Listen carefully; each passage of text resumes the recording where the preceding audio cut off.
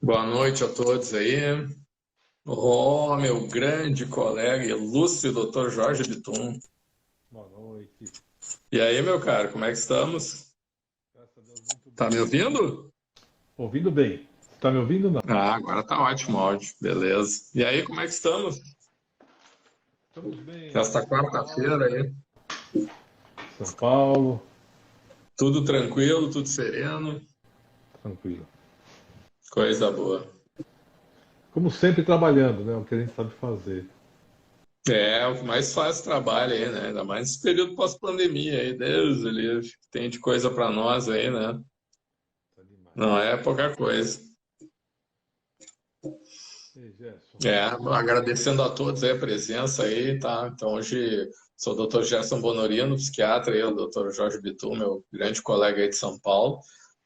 Então hoje aí a gente vai falar sobre a questão, né, doutor, da neuropatia diabética, das dores neuropáticas na diabetes. Problema muito comum, né, Gerson?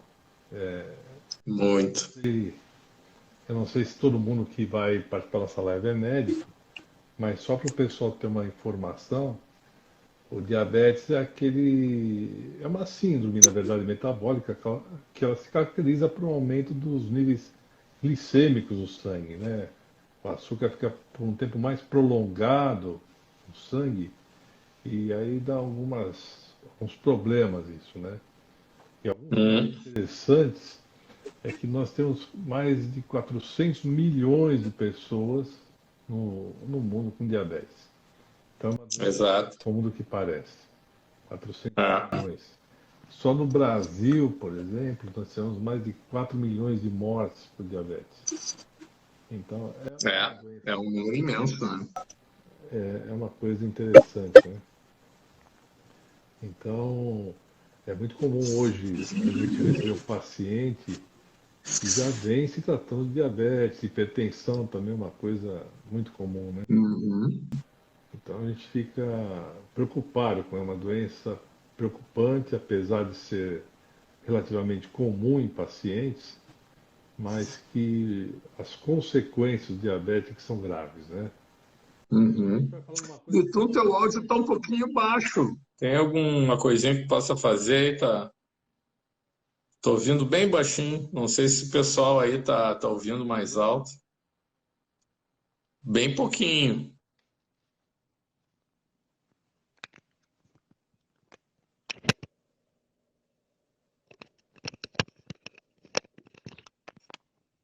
Pode ser que esteja ficando surdo também nessa idade, aí a gente nunca sabe. Piorou ou melhorou? Melhorou bastante. Agora tá show de bola. Beleza.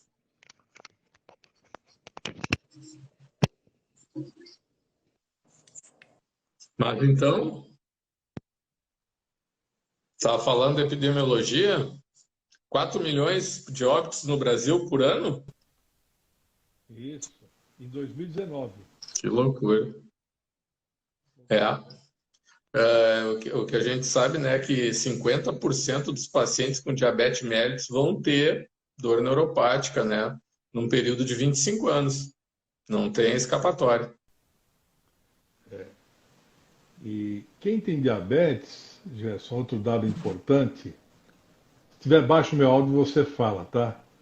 Uhum. Que aí eu largo a tecnologia e vou para um fone com fio. Na verdade, 30 a 40% de quem tem diabetes, a patologia, vai ter dor neuropática. Uhum. E é aquilo que nós conversamos já algumas vezes. Eu, como ortopedista, é muito comum a pessoa chegar no meu consultório com uma dor neuropática e falar: eu estou com uma dor no ciático, eu estou com uma queimação na perna, estou com Uhum. formigamento na perna, eu já sou Sim. diagnosticado com hérnia de disco, não melhoro, estou tratando, não melhoro. E essa hernia de disco me ataca. E na verdade, se você começar a explorar um pouquinho mais o paciente, você vê que não é a hérnia de disco, não é o ciático, como eles falam, mas sim uma neuropatia Uhum. diabética. Ela tem uma patologia derivada do diabetes, que é uma consequência muito comum. Então, a gente como ortopedista, inclusive nas aulas que a gente ministra, a gente fala, olha, um diagnóstico diferencial para ciatalgia, para parestesia, que é o formigamento, queimação, né? É o diabetes mesmo, É, é diabética. isso. E um detalhe, hein? É triste de tratar, né? As medicações É complicado. sofrem muito. O paciente sofre muito, ele já vem de um histórico complicado, né? Descobrir que é diabético, né? Ver as limitações, né? Ver a luta contra o desejo de comer liberado e não poder, né? Uma pressão muito grande em cima, né? A medicação, manter dieta, né? Conseguir conciliar isso aí com o dia a dia do trabalho, né? Com a correria, né? Como é que o cara vai sentar para fazer uma dieta balanceada se tem 30 minutos para comer no fast food, né? Isso aí é uma coisa que os diabéticos enfrentam aí todo dia, né? Tanto que a principal, né, pedra angular aí do tratamento é manter a glicose sob controle, né? Que os colegas aí endocrinologistas batalham todo dia para manter. Mas isso aí que tu falou das dores, né? Da traumatologia, isso aí é muito típico, né? Os colegas aqui seguido pegam casos assim, né? E realmente isso aí pouca gente sabe, né? Porque não é só aquela neuropatia periférica tipo mão e luva, né? Formigamento, perda de sensibilidade, né? E no pé que vai subindo pela canela, né? Ela pode ser, como tu falou, pode pegar raízes nervosas, dar um tipo uma lombociatalgia, né? Pode dar dores, por incrível que pareça, intercostais, né? Cãibras abdominais também, né? Parestesias abdominais. E eu ouvi falar até, eu nunca vi, mas já ouvi falar que até pega a raiz do nervo periférico, né, do facial, né, que é a neuropatia facial aí, que acontece também, né, às vezes começa até a ter atrofia da parte afetada, e aquela famosa, tu deve lembrar lá da faculdade, daqueles nomes bonitos, a síndrome de Dupuytren, É, que o diabético fica com esses dois dedinhos aqui, né, ele o atrofia, mínimo, né? é. E o quarto dedo atrofiado, ele começa a ter uma redução, que ela vai pegando esses ramos do ulnar, do radial também, que também é um tipo de neuropatia periférica, né? Às vezes quem está ouvindo a gente falar, Gerson, que não é da área de saúde, às vezes até pode ter o sintoma de uma neuropatia diabética que não tem diagnosticado diabetes ainda. Pode Exato. falar, eu sou jovem, e não existe isso de ser jovem ou não, né? A gente tem diabetes infantil, juvenil. Sim. Então é muito importante quando você tiver sintomas da neuropatia, que depois eu queria que você até exemplificasse melhor para eles, é, se for no médico e ele não pedir um exame de sangue para ver o índice glicêmico, é importante fazer um bom diagnóstico, porque quando a gente vê precoce, né, o diabetes, a gente começa a entender melhor. Aham. Eu tô lembrando agora, que era interessante, né? No interior o pessoal não tinha exame, há anos atrás, não tinha exame para fazer a dosagem da glicose na urina. Então eles diagnosticavam pela. Ele urinava, se juntava formiga, sabia que tinha diabetes, né? Que a urina era É, a velha propedêutica. a velha propedêutica. Juntou formiga na urina, pode ver que está diabético. Pô, tá diabetes, é açúcar na urina. É, É verdade. você tem algum caso interessante sobre isso, Gerson? Nossa, são tantos assim que é uma loucura, Tem né? algum que tenha Até marcado foi mais? muito interessante. Na época ainda que nós não tinha o canabidiol liberado, que eu usava o sintético, né, o Rimonabant, de uma neuropatia, de uma gastroparesia, que a gastroparesia diabética, por incrível que pareça, é por dano, né, no nervo vago ali, por neuropatia do nervo vago. Tanto quanto pode pegar o quinto par, né, para dar dores de cabeça, tipo até a nevralgia do trigêmeo, ou o facial no sétimo par para dar uma paralisia facial, também pode dar uma redução na motilidade gástrica, né? Então, peguei vários casos desses, assim, de hipocinesia, e que chegava até mim por queixa que era mental, assim, porque fazia endoscopia, não tinha alteração, né? Ressonância, endoscopia, tudo praticamente normal, né? Nesses casos aí a gente faz aquela velha e boa cintilografia de esvaziamento gástrico, né? Que aí aparece aquelas reduções, assim, de 40%, 50%.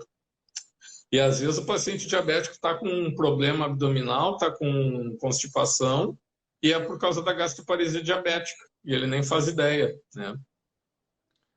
E é uma coisa tratável, né? Que a gente pode resolver. Olha que coisa interessante, você que está ouvindo a gente nessa live, que o Dr. Gerson está falando. Ele, como psiquiatra, ele recebe muitos casos que as pessoas tentam tratar, não conseguem, fala assim, olha, teu problema é emocional, da sua cabeça, vai para um psiquiatra.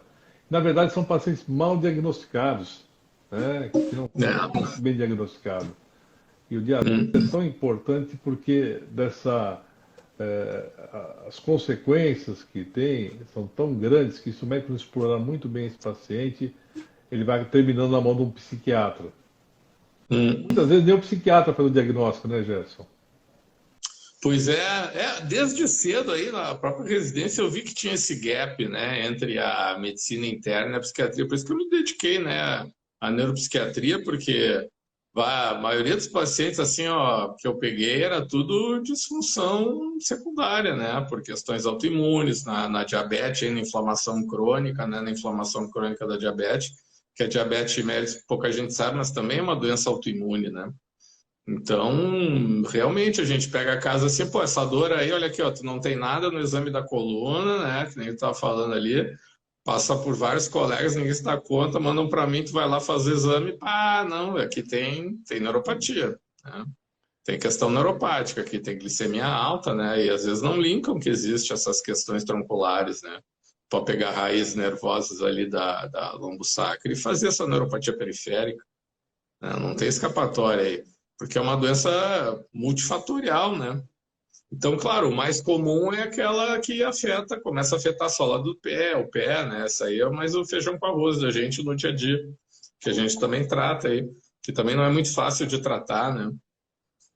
Porque muitas vezes tem que usar dose altíssima de antidepressivo, gabapentina, pregabalina, esses outros anticonvulsivos são cheios de efeito colateral, né? E tu sabe também quando tu está usando uma medicação psiquiátrica e tu não tem problema psiquiátrico, é cobertor curto, né? Melhorou um pouquinho a dor, mas trancou o intestino, secou a boca, secou o olho, perdi o sono, tô dormindo demais, né? Acaba saindo um pouco do controle, né? Então, que nesses casos que eu atendi antigamente aí, né, com o rimonabano, umas doses bem éticas, assim. Agora, infelizmente, a gente tem o canabidiol, que é seguro, né? Completamente seguro, praticamente sem efeitos colaterais, e não vai atrapalhar em nada ali, né, o tratamento do colega endocrinologista no início, né? Porque quando eu vou tratar dor neuropática em diabético, eu sempre lembro eles, olha, o negócio é o seguinte, avisa o teu endocrinologista que eu vou entrar com canabidiol, né? E pode ser que baixe tua glicose, tua insulina, né? Pode ser que baixe triglicerídeo, talvez tenha que fazer ajustes nas medicações, né? Porque o sistema canabinoide também está presente ali em todo o sistema metabólico, né? Todas as estruturas celulares do metabolismo, inclusive da resistência insulínica, né? Então, realmente pode ter não só uma melhora na dor crônico, que é excelente, mas também ter uma bela melhora aí nos níveis glicêmicos de triglicerídeo, o que para o paciente é bom, né? Inclusive que os colegas endocrinologistas mandam o paciente fazer dieta hipocalórica, atividade física regular, né? Cortar açúcar e carboidrato ao máximo. Tudo isso aí já está botando o teu sistema endocannabinoide, né? A gente já sabe quando o paciente começa a fazer isso, os níveis de anandamida sobem, né? Tu regula os receptores, né, do sistema endocannabinoide. Então é muito gratificante nesse sentido, né? Ainda bem que o canabidiol chegou aí para nos ajudar, né, nesse tipo de situação. Deve ter também bastante prática aí usando canabidiol para esse tipo de situação, né? É muito seguro e muito bom. A gente sabe que os receptores CB2, né, são os maiores responsáveis por essa propriocepção e melhora, né? Na hora que a gente aumenta essa resistência deles, melhora bem o paciente. Normalmente, se eu dosagem de início, Gerson, a gente sabe que A dosagem de canabidiol para dor neuropática? Olha, da dor neuropática da diabetes, o que eu tenho notado assim na prática clínica geralmente é um pouco mais de dosagem da dor crônica simples, né? Uma dor neuropática não diabética, até eu acho com certeza por causa das questões metabólicas, né? Como tu mesmo estava falando aí, a modulação no CB2 na questão, né, do metabolismo das ilhotas, da questão das células autoimunes, né, que estão envolvidas ali no ataque das células imunológicas no pâncreas, que é a gênese aí da diabetes mellitus, né? Então, tu tem uma modulação em várias áreas, no CB1 e nos receptores iônicos, né? Todos esses canais que sofrem alteração, esses canais que são as chavezinhas elétricas que transmitem os impulsos elétricos para o cérebro, né, como os canais de sódio, canal de cálcio, né, os canais de cátion e os TRP, todos esses aí são regulados, né, e eles ficam desregulados na dor neuropática, então eles ficam sensibilizados, ficam mandando sinal para o cérebro. Né? Então, com o canabidiol, tu consegue fazer uma série de reduções ali, modulações para um sistema de equilíbrio. E então, na diabetes, a gente nota isso aí. Geralmente, eu tenho que usar aí doses de 100, 150 miligramas, né, de canabidiol, enquanto assim, numa dor crônica mais simples, né, numa cervicalgia, numa lombalgia, geralmente 75 miligramas tu já está resolvendo. Gerson, tem a Paula aqui, ela está perguntando para a gente assim, olha, se eu começar a tomar o canabidiol, eu deixo de usar a medicação para tratar diabetes? Eu posso deixar de usar? Essa é uma Ah, pergunta que que... sonho, não é bem assim, né? O que eu digo para as pessoas, que tu pode acontecer usando o canabidiol, tem que manter as medicações de diabetes, se elas estão te fazendo bem, né, tem que manter. Então, se tu tem uma condição clínica que justifique o uso do canabidiol, sem problema, usa junto. Até 40 miligramas por dia não vai notar muita alteração no metabolismo. Mas quando começa a subir de dose de 75 para 100 miligramas, aí tu pode começar, né? O paciente que está usando uma vastatina para baixar o colesterol pode começar a ter umas câimbras na perna, né? Que aí aquela dose de vastatina já ficou meio alta, né? Então aí já pode baixar a dose, né? Mas, por exemplo, tu não vai poder tirar insulina, tu não vai poder tirar, né, o teu inibidor DPP4, o teu agonista GLP-1, não vai poder mexer nessa medicação, no caso. O que pode vir a acontecer é usar doses menores, tá? Porque aí os níveis glicêmicos podem cair por uma série de coisas que acontecem dentro da própria célula, no metabolismo celular, que ajudam a melhorar. E também tu tem essa melhora, né? Tu diminui a guerra imunológica, formação de anticorpos contra a insulina e contra as ilhotas, né? As células lá no pâncreas que produzem, né, a insulina. Então, essa diminuição desse ataque também dá uma certa resiliência para o paciente. Então, eu te diria assim, ó, se é uma que os endócrinos chamam de pré-diabetes, assim, uma glicose de 110, 115, né, tu usando o canabidiol, se aproveitando da melhora no sistema imune, né, na correção metabólica dele, e também na redução da ingesta de carboidrato que o canabidiol provoca, né, a tua saciedade fica melhor porque aumenta a leptina e reduz a grelina, né, a leptina é o hormônio da saciedade, a grelina é o da fome. Então, isso aí pode fazer também uma perda de peso e fazer com que a pessoa desça para níveis de 99, 98 glicêmicos, mas tem que continuar monitorando, principalmente se tem história familiar positiva, né? Tem avô, pai ou mãe diabética, e tu já tem uma genética, né, envolvida. Mas dá para conciliar tranquilamente essas medicações, né, para diabetes com canabidiol, sem problema nenhum. Né? Um para uma coisa, um para outra. Mesmo porque, Gerson, o canabidiol, ele permite uma interação medicamentosa muito boa, com poucos efeitos colaterais, né? Então, Sim, muito poucos. né, a gente assim, quando a gente que prescreve canabidiol, a gente não promete milagre para o doente, né? A gente Não. diz assim, olha, eu não vou te curar do teu problema com canabidiol, mas nós vamos começar a melhorar a parte clínica, a sintomatologia. Você vai começar a diminuir, nós vamos ver a necessidade, vamos diminuindo os outros remédios que causam Uhum. maiores. Exato. O importante é isso, né? Você citou algumas coisas aí. Por exemplo, eu tenho muito problema com simvastatina, porque ela dá dor articular. Aí o paciente se queixa de dor articular, ele vai no ortopedista com uma dor no ombro, uma dor no joelho, e fica tomando anti-inflamatório. Aí você pega a simvastatina e fala assim, olha, vamos deixar a simvastatina de lado um pouquinho, vamos falar para o cardiologista trocar por outro grupo de medicação. Uhum. Aí o paciente melhora da dor articular. É. Não adianta a gente também querer fazer coisa, achar que o canabidiol vai ser um milagre do século. Ele ajuda muito, dá resultados que Embora muitos pacientes, né, com a melhora que eles têm, eles digam que é milagre, a gente tem que conter o entusiasmo, né? Porque pega aí um cara há anos com dor neuropática, já jogando a toalha, assim, né? E de repente melhora, além de melhorar a dor neuropática, baixa os níveis glicêmicos, ele pode baixar a dose de insulina, pode baixar a dose da medicação, pode baixar a metformina lá. Então, para ele é um milagre, né? Na realidade dele, né? Mas a nossa obrigação sempre é manter aquela visão científica, né? a gente não pode vender um produto como milagroso, na verdade, né? Exato. Ele é um auxiliar terapêutico nosso, hoje, vai na Uhum. primeira linha, justamente porque a gente já pega um paciente já polimedicado. Aham. Você, como Sim, psiquiatra, o teu paciente já chega polimedicado. Eu, na já chega. ortopedia, com essas parestesias, com essa queimação, Uhum. é típico da neuropatia diabética, essa queimação no calcanhar no pé. A pessoa fala, doutor, eu preciso pôr o pé na água para melhorar. É do nervo, já falou que é da. Eu vou contar um caso aqui que eu não conto muitas vezes, mas como a gente não conta o santo, né? A gente só conta o caso, a gente pode ter. Só um caso, né? Eu tinha uma paciente que chegou com uma típica dor dessa, de queimação, uma parestesia em membro inferior esquerdo. Ela estava com 4 meses de uma cirurgia de hernia de disco. Uhum. E não melhorou nada.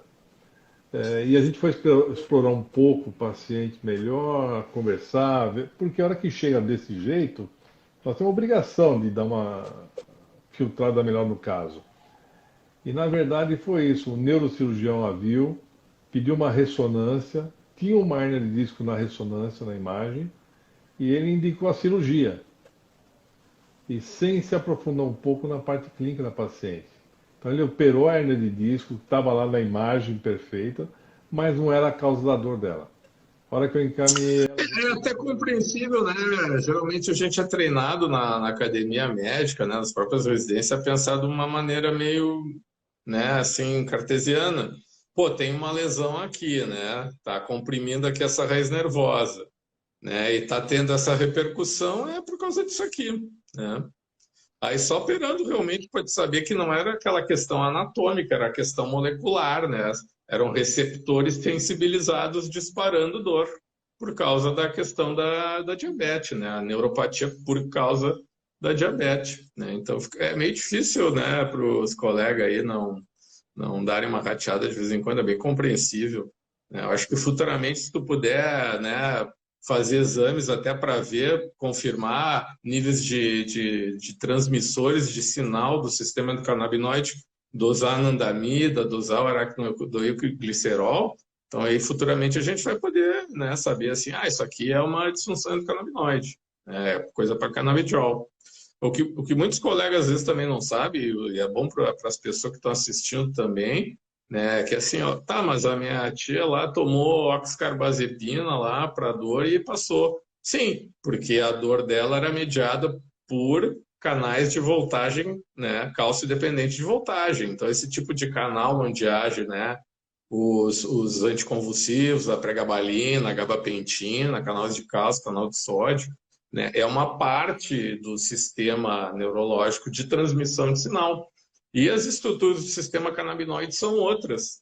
Então, por isso que tu vai ter aí um número razoável de pacientes com dor neuropática que vão ter resposta para gabalina, gabapentina, né, antidepressivos como a duloxetina, sertralina, nortriptilina, mas outros simplesmente não, já passaram por tudo isso, né, já tomaram quase todo esse tipo de coisa, que na psiquiatria a gente geralmente pega assim, né, os colegas saem dando antidepressivo, anticonvulsivo, associado, né, botando ali um tramalzinho, né, botando anti-inflamatório, e a dor não passa, né? E aí ocorre aquele que a gente tá falando da outra vez, né? Tu começa a usar anti-inflamatório demais, tu acaba piorando a dor, acaba cronificando dela, né? Então isso aí a gente vê seguido. Então é importante os pacientes saberem, né? Mas o fulano lá passou a dor dele lá na diabetes com a duloxetina. Sim, passou, porque era só ativar a serotonina, a noradrenalina via cerebral para inibir a dor. É um mecanismo, né? Tem vários outros mecanismos, né? E um grande número desses mecanismos envolve o sistema endocannabinoide. Eu não sei se quem está assistindo a gente hoje já foi um paciente que precisou usar gabapentina, duloxetina. Não são medicações fáceis de se adaptar. O paciente tem Não, muito efeito colateral. É náusea, muito. fica perdido no tempo, ele tem tontura. Aham. O paciente Prisão de ventre, chega boca muito. seca, aquela hipotensão postural, né? Na hora que levanta, tonteia, sonolência excessiva, perde a capacidade, às vezes, de operar máquinas, né? Dirigir, não fica na sua plenitude, assim. Porque realmente são medicamentos, né, que não são feitos para aquilo. É um paliativo, né? A gente está usando um off-label, na verdade. Né? E os efeitos são bem desagradáveis, coisa que a gente não tem com canabidiol, né? O canabidiol não tem efeito colateral, praticamente é raro. É, Né? o pessoal fala um pouco em náusea, né, Gerson? Mas não é tão comum, né?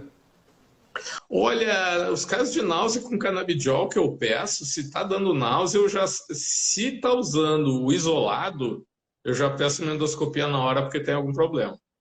Impossível não ter um problema usando isolado. Já o broad spectrum e o full spectrum, eles têm os terpenoides, né? Então, às vezes, os terpenoides, eles ficam um pouquinho indigestos para a pessoa. Então, o colega aí que está dando, né, ou o paciente que está tomando aí um canabidiol broad spectrum, full spectrum, está com desconforto no estômago, antes de abandonar, né, tenta usar o canabidiol isolado ou o canabidiol associado com outro endocannabinoide aí, como o canabinol, o canabigerol, né, que pode ter uma eficácia muito boa igualmente, né? Só não vai poder usar por causa dos terpenoides, né? Por exemplo, tem paciente alérgico a cítricos. Eu sempre pergunto, alérgico a cítricos? Sou. Ah, não vai dar para usar o broad nem o full. Né? Eu vou ter que ficar no isolado. Ou um isolado com alguma outra coisinha. Então, questões clínicas do dia a dia que a gente vai pegando aí, né? Vai pegando a manha. Gerson, tem uma pergunta aqui também. Assim, Uhum. com quanto tempo a gente percebe que o paciente percebe a melhora dele na neuropatia diabética, usando canabidiol? Na neuropatia diabética, tu começa a sentir já a diferença em 10 dias, tá? E no máximo, aí dentro de 15 dias, tu já vai ser surpreendido por acordar sem dor ou estar ali olhando TV quando levantar a dor não tá mais, né? Isso parece estranho falando, mas é assim que me relatam, né? Ah, eu acordei tal dia e não tinha mais. Exatamente. O paciente pergunta para mim, doutor, foi por causa do anti-inflamatório ou foi por causa do canabidiol? Eu falo assim, olha, do jeito que você estava, tem que ser o canabidiol, porque você já tinha tomado quase todos os anti-inflamatórios da farmácia, estava no tramadol, estava tomando gabapentina. Nós estamos Uhum. fazendo uma coisa mais simples, né? Olha, uma pergunta interessantíssima aqui da Paulinha Bitum. Ó, o canabidiol no paciente diabético previne a progressão da doença? Eu acho que previne, sim. Previne. Previne, pelo estímulo, né? Previne. Vai diminuir a atividade, né, dos linfócitos, de todas as células do sistema imunológico que vão atacar as estruturas pancreáticas aí que produzem insulina, né, que são as células beta. Né? Os colegas aí estão lembrados das ilhotas de Langerhans, né? Então, vai diminuir essa atividade imunológica, vai melhorar a resistência insulínica, vai melhorar a questão do glucagon, né? O metabolismo do glucagon no fígado, vai ser um agonista do GLP-1, né? Que hoje em dia tem os medicamentos aí, tipo, acho que é a saxagliptina, né, que ela aí inibe o GLP-1, o agonista do GLP-1. Então, ela tem mecanismos assim que realmente vão reduzir, vão frear o avanço da diabetes mellitus. Ah, mas a diabetes não, de doenças autoimunes. Doenças autoimunes, em geral, tu vai reduzir esse progresso modulando esse sistema metabólico e imunológico que se, né, cruzam aí nos sistemas do organismo. Então, realmente, Paulinho, boa pergunta, é isso aí mesmo. O que eu falo para os pacientes é que eles têm que entender uma coisa. Quando o paciente tem uma doença, é porque alguma coisa está fora do equilíbrio normal do corpo, né? Uhum, É uma gangorra, não exato. está em equilíbrio. Quando existe uma diferença no equilíbrio, um desequilíbrio nas estruturas, você começa a ter sintomas. Então, o que o médico faz é tentar manter a harmonia. E o lindo do sistema endocannabinoide foi justamente ele promove esse equilíbrio. Por um outro lado, Exato. não se conhecia, né? Então, a Não. gente conhecia só um lado da história para manter o equilíbrio. É. E o sistema endocannabinoide ele promove um equilíbrio de uma outra maneira. Para te ver o meu desespero em 2007 quando proibiram o Rimonabã, né? Porque eu vinha fazendo chover com ele aí, né? O que tinha disponível, agora depois foi proibido e tal, né? Mas os sintéticos aí tem muito mais risco, né? Muito mais tranquilo e seguro usar o canabidiol, não tem comparação, né? Mas essa questão de homeostase dele é incrível, né? Tu vê nos exames, né? Tu vê nos exames, vai pedindo ali, paciente que tem doença autoimune, os marcadores autoimunes, né? Diminuem, né? Então, essa homeostase que vai acontecendo em todo o metabolismo celular, no retículo endoplasmático da célula, no núcleo, na membrana, né? É fora de série, né? Porque o sistema canabinoide, na verdade, é um sistema de regulação, né? Ele é um sistema regulador. Se tu vai analisar aí, tudo que eu estou lendo é o que a gente está vendo, como tu tem receptor canabinoide, né? Em todas as células de todos os sistemas do corpo, e pela localização estratégica dele, ele é um sistema regulador, ele vai trazer para a homeostase, vai trazer para o equilíbrio, que é bem como tu disse. Saiu do equilíbrio, doença. Entrou no equilíbrio, começa a saúde. Saúde. É. É. E o paciente às vezes pergunta para a gente, né, Gerson? Ah, doutor, será que eu vou tomar minha vida inteira canabidiol? Eu não sei. Talvez. Até o equilíbrio. Talvez. São perguntas que a gente não sabe resolver, porque tem doenças que não tem cura, né? Na verdade, assim, ó, se tá usando canabidiol, tá? E tu tá com o teu quadro equilibrado, dá para ir tentando baixar um pouquinho. Baixar aos poucos. Então, por exemplo, um paciente depois de 2 anos usando, por exemplo, já pode usar uma dose menor, mas nem todos, né? Dependendo do caso e dependendo do comportamento da pessoa, né? Se tu tem hábitos que vão tirar o teu sistema do equilíbrio, né? De hábitos de sono, hábito alimentar, hábitos de vida, hábitos comportamentais que podem, né, te causar algum tipo de desequilíbrio. Nesse caso aí, provavelmente vai ter que usar sempre doses, né, plenas aí por longos tempos. Mas é que nem os antidepressivos, os anticonvulsivos mesmo, né? Às vezes tu sai usando uma dose de ataque, estabiliza, o quadro fica bem e depois tu pode, né, seguir com doses menores. E a vantagem de você usar o canabidiol é que eu acho que a humanidade sofre de uma doença hoje que é a ansiedade. E o canabidiol ele vai ali num tiro certeiro na ansiedade. Uhum. Ele vai dar um algo mais para o paciente, que o paciente começa a dormir melhor, o paciente fica mais tranquilo. Então tudo isso Sim, ajuda, né, também a tratar muito, o diabetes, muito. a neuropatia. Então não é que você está É fora de série, né? Aquela ansiedade, principalmente não aquela ansiedade patológica já, né, cronificada e tal, que até pode ser usada, mas essa ansiedade basal do dia a dia aí, né, que todo mundo que está dando duro aí, trabalhando, né, pagando conta, correndo com essas crises que vem epidemia, agora vem crise econômica, né, preço subindo, inflação. Então, esse tipo de inflação, ansiedade reacional que a gente passa, né, no dia a dia aí atualmente, é bem complicado. E nesse tipo de ansiedade, assim, que é meio sem especificação, porque não é um toque, não é um pânico, o canabidiol é insuperável, né? Porque é um fitoterápico sem efeito colateral, né? Como tu falou, melhora o sono, né? Fica mais tranquilo, raciocina qualidade de melhor, vida melhora, né? Qualidade do sono qualidade de melhora. vida, os hábitos alimentares se adaptam quando o canabidiol entra, né? Eu canso de ver paciente aí, pô, não consigo mais comer tanto, vou lá no rodízio de pizza, como 4, 5 pedaços e deu. Isso tá com o sistema equilibrado, né? A leptina vai lá em cima, a grelina entra, né? O cara já não consegue se empanturrar mais, né? É, exatamente. E é interessante que quando fala assim, eu vou ter que parar de usar, o paciente não quer parar de usar também, né, Gerson? O paciente tem medo de voltar ao que era antes. Ele fica É, com receio, ele não quer ficar doente de novo. Ele não quer exato. ter as dores, né? É uma coisa Não, que. e é angustiante para eles, que às vezes o que que acontece, né? Na correria esquecem de comprar, esquecem de fazer o pedido, vão viajar, um feriadão esquecem de levar Isso acontece, infelizmente, né? E muitas vezes quando tu dá uma parada assim, os sintomas voltam, demora um pouquinho para voltar a melhorar, né? Então, eu sempre digo para os pacientes, calma, calma, né? Vai voltar aí. Mas quando tu retorna, geralmente em 3 a 5 dias já começa a assumir os sintomas, né? Mas o ideal é não parar, como qualquer medicação de uso contínuo, né?